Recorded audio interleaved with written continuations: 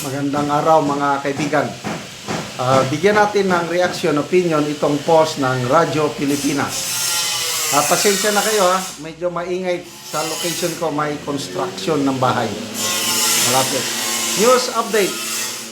Aaralin ni Manila Representative Joel Chua ang posibleng pagsasampa ng kaso sa mga taong nasa likod ng paninira laban sa kanya at mga kapwa mambabatas. Duda rin aniya siya sa timing ng paglabas ng pahayag na tumanggap umano sila ng pera mula sa dating kasamahan na si dating Representative Saldi Co. Sabi niya, the timing is suspect. Intended to discredit the members of the Quadcom and now the Justice Committee who will hear the impeachment of the Vice President. Anong kinalaman sa impeachment ni Vice President sa aligasyon?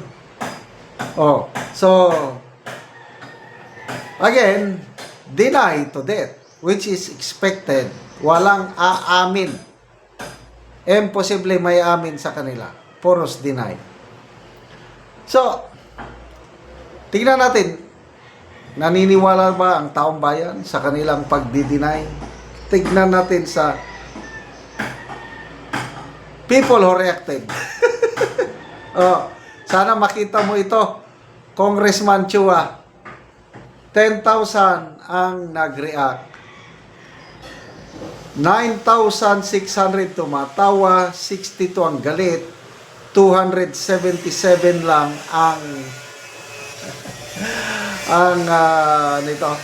nag-like. Ilang po porsyento ito? Grabe. 99% sobra ang hindi naniniwala sa iyo, Honorable Congressman Chua. Less than 1% ang naniniwala. 277 lang, grabe. Comments. Adrian Pascual, kasuhan mo na para magkaalaman. Bakit pinag-aaralan pa? Kung ako ang inakusahan na alam ko, malinis ang konsensya ko, na hindi naman totoo, by this time,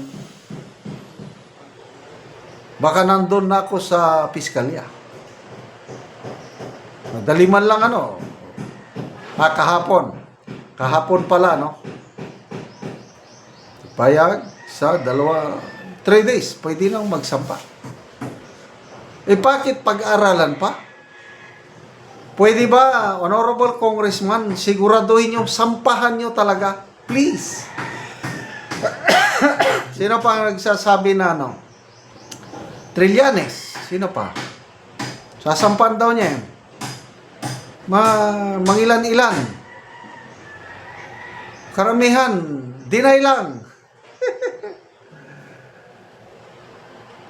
Antonio Cardona, dami na resibo. Ano pa gusto mo na ebidensya? Kawatan.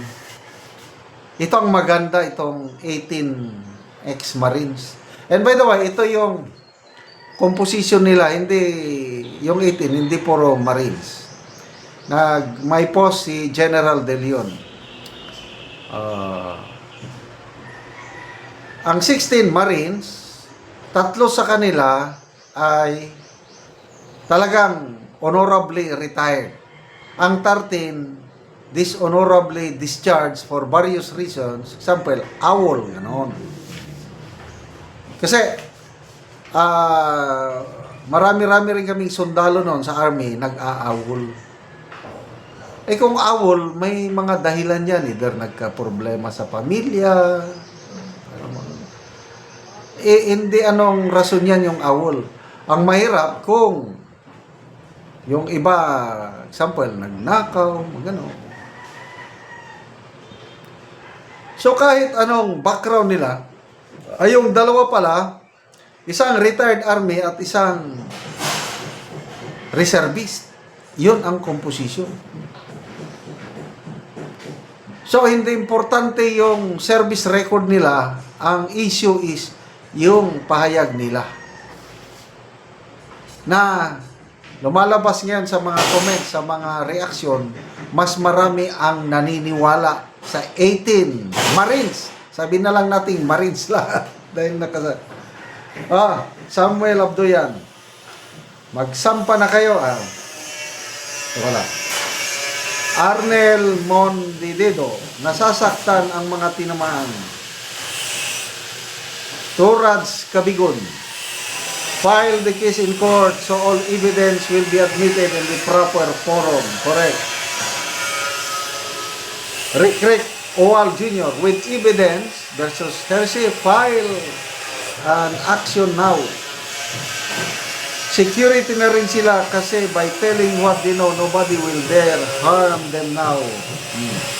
Familiar ang timing, Chua, yung barangay hall timing din, no? Pinalalang mga grabing mga barangay hall ni Congressman Chua. Hindi pa kami nakakalimot noon, Congressman.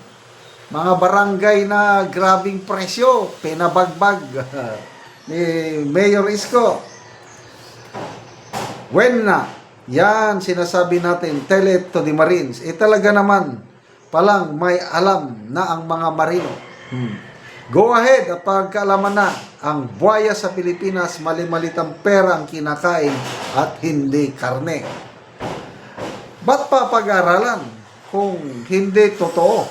O nga, file na! Iba na pala ngayon, ang kawatan pa ang nagsampa. Halos lahat ng comments dito, negative kay Congressman Chua. Buko na kayo, Congressman. Malakas ebidensya sa inyo mismo. Nagsabi paano na kayo mag-deny.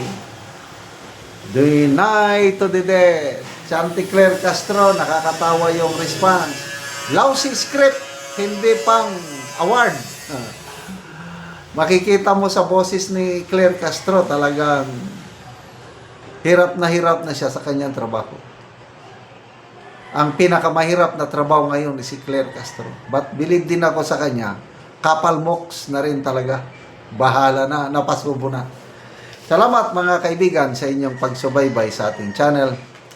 Nakakatulong kayo ng malaki sa tribong Talandig ng Bukidnon dahil ang sweldo natin sa channel na ito is pantulong po sa tribo. Namimigay tayo ng libreng yero at pako para makapagpatayo naman sila ng mas maayos na tirahan. Panoorin nyo ang video na ito.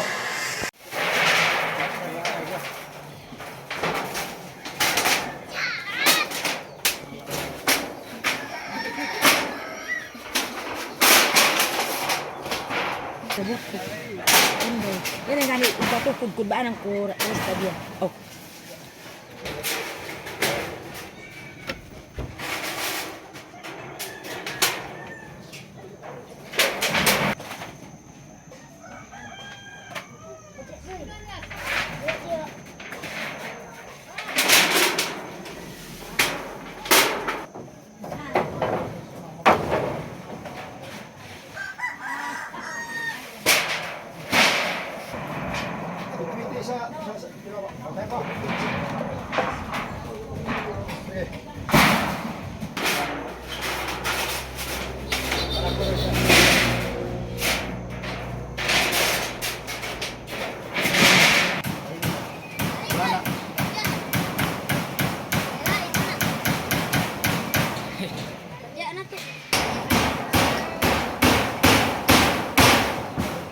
Hey.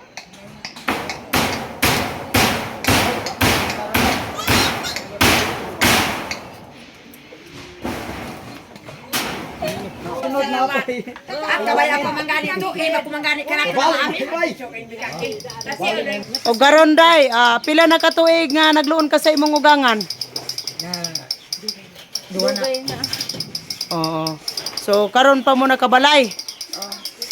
5 na katuig nga nagluon ko. 5 na katuig. Oo. So karon unsay imong maistorya nga nakabalay na mo, nindot na ang inyong balay? Nauna mga kong pasalamat sa Ginoo na nag-sponsor sa mga sasin. Kung wala nag-sponsor, hindi makabalay. Pasalamat po mi sa naghatag. Sige, salamat.